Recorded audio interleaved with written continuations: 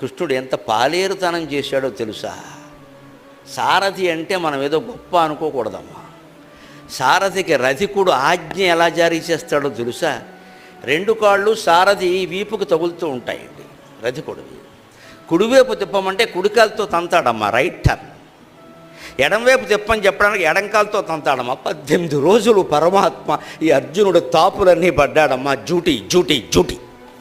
పని అంటే పరమాత్మ, పరమాత్మ అంటే పని. అంతే. ఇంకో మార్గం ఇలా ఇలా చెయ్యి పట్టుకు చెప్పడానికి ఉండదండి. ఈ ధనుస్సు చేతిలో ఉంది, బాణం ఎలా వేస్తున్నాడు, right turn, about turn, you turn కుదరదండి. ఇక్కడ ట్రాఫిక్ ఎక్కువ ఉంది, ఉండదు. ల్యాబిగేషన్ లేవు ఇక్కడ.